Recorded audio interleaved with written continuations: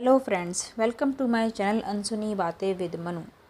गरुड़ भगवान के बारे में सभी जानते हैं कि वो भगवान विष्णु के वाहन हैं। भगवान गरुड़ को विनायक, गुरुत्मत, ताक्षर्य, वैंतेय, नागंतक, विष्णुरथ आदि नाम से भी जाना जाता है। गरुड़ हिंदू धर्म के साथ ही बौद्ध धर्म में भी महत्वपूर्ण पक्षी माने गए हैं। बौद्ध ग्रंथों के अनुसार गरुड़ को सुपर्ण यानी कि अच्छे पंख वाला भी कहा गया है।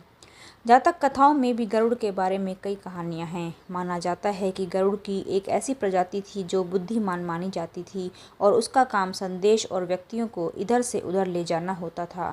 कहते हैं कि इतना विशालकाय पक्षी होता था जो कि अपनी चोंच से हाथी को उठाकर उड़ जाता था। गरुड़ जैसे ही दो पक्षी रामायण काल में भी थे जिन्हें जटायु और संपाति कहा जाता था। ये दोनों ही दंडकारण्य क्षेत्र में रहते विचरण करते रहते थे। इनके लिए दूरियों का कोई महत्व नहीं था। स्थानीय मान्यता के मुताबिक दंडकारण्य के आकाश में ही रावण और जटायु का युद्ध हुआ था। जटायु के कुछ अंग दंडकारण्य में आ गिरे थे, इसलिए वहाँ एक मंदिर है। पक्षियों में गरुड़ को सबसे श्रेष्ठ माना गया है। ये समझदार और बुद्धिमान होने के साथ साथ तेज गति से उड़ने की क्षमता भी रखता है। गिद्ध और गरुड़ में फ़र्क होता है। संपूर्ण भारत में गरुड़ का ज़्यादा प्रचार और प्रसार किस लिए है, यह जानना जरूरी है। गरुड़ के बारे में पुराणों में अनेक कथाएं मिलती हैं। रामायण में तो गरुड़ को सबसे महत्वपूर्ण माना गया है। आखिरकार भगवान विष्णु के वाहन गरुड़ का क्या रहस्य है?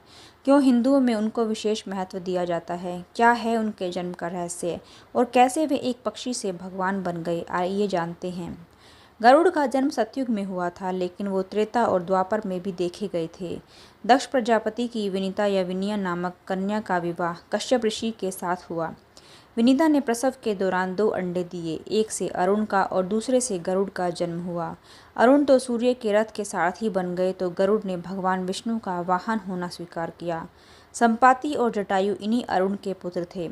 बचपन में संपाति और जटायु ने सूर्यमंडल को स्पर्श करने के उद्देश्य से लंबी उड़ान भरी। सूर्य के असह्य तेज से व्याकुल होकर जटायु तो बीच से लौट आए, किंतु संपाति उड़ते ही गए। सूर्य के निकट पहुंचने पर सूर्य के ताप से संपाति के पंख जल गए और वे समुद्र तट पर गिरकर चेतना शून्य हो गए। चंद्रमा नामक मुनि ने उन पर दया करके उनका उपचार किया और त्रेता में श्री सीता जी की खोज करने वाले वानरों के दर्शन से पुनः उन्हें पंख जमने का आशीर्वाद दिया।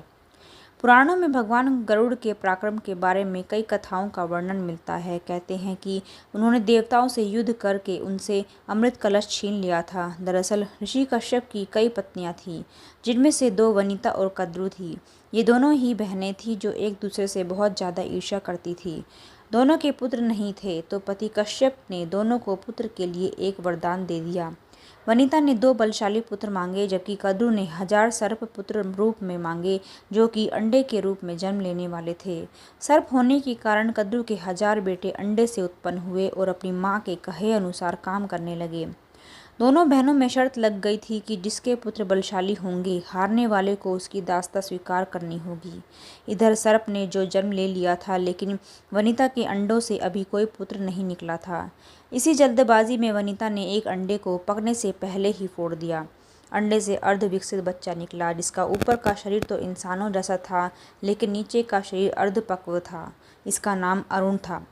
अरुण ने अपनी माँ से कहा कि पिता के कहने के बाद भी आपने धैर्य खो दिया और मेरे शरीर का विस्तार नहीं होने दिया, इसलिए मैं आपको श्राप देता हूँ कि आपको अपना सारा जीवन एक सेवक के तौर पर बिताना होगा।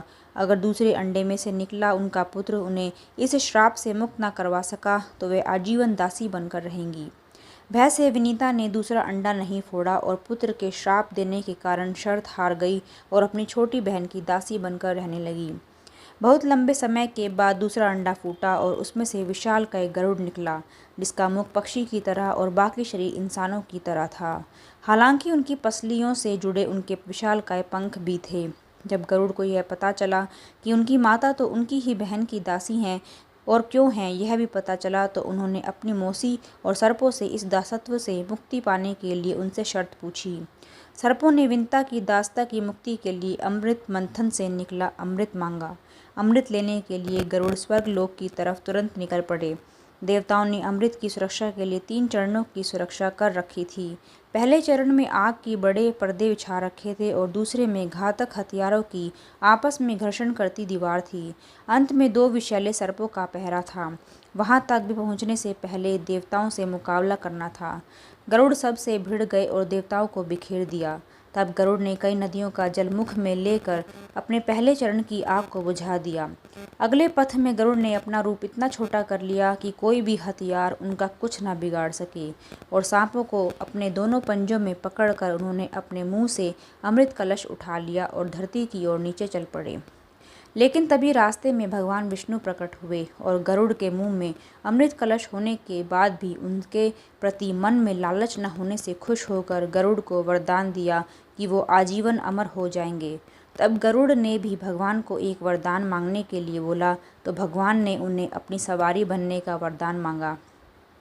इंद्र ने भी गरुड़ को वरदान दिया कि वो सांपों को भोजन के रूप में खा सकेंगे। इस पर गरुड़ ने भी अमृतसा कुशल वापसी का वादा किया। अंत में गरुड़ ने सर्पों को अमृत सौंप दिया और भूमि पर रख कर कहा, यह रहा अमृत कलश। मैंने यहाँ इसे लाने का अपना वादा पूरा किया और अब यह आपके सुपुर्द हुआ, लेकिन इसे पीने से पहले आप सभी स्नान करें तो अच्छा होगा। जब वे सभी सर्प स्नान करने गए तभी वहां अचानक से भगवान इंद्र पहुँचे और अमृत कलश को वापस ले गए, लेकिन कुछ बूंदें भूमि पर ही गिर गई जो घास पर ठहर गई थी। सर्प उन बूंदों पर झपट पड़े लेकिन उनके हाथ कुछ न लगा। इस तरह गरुड़ की शर्त भी पूरी हो गई और सर्पों को अमृत भी मिल गया। तो ये थी गरुड़ के जन्म की कहानी और कैसे वो एक पक्षी से भगवान बने। आज के लिए बस इतना ही। मैं आपके लिए ऐसी ही अनसुनी बातें लाती रहूँगी। तब तक के लिए stay safe, stay healthy, stay connected.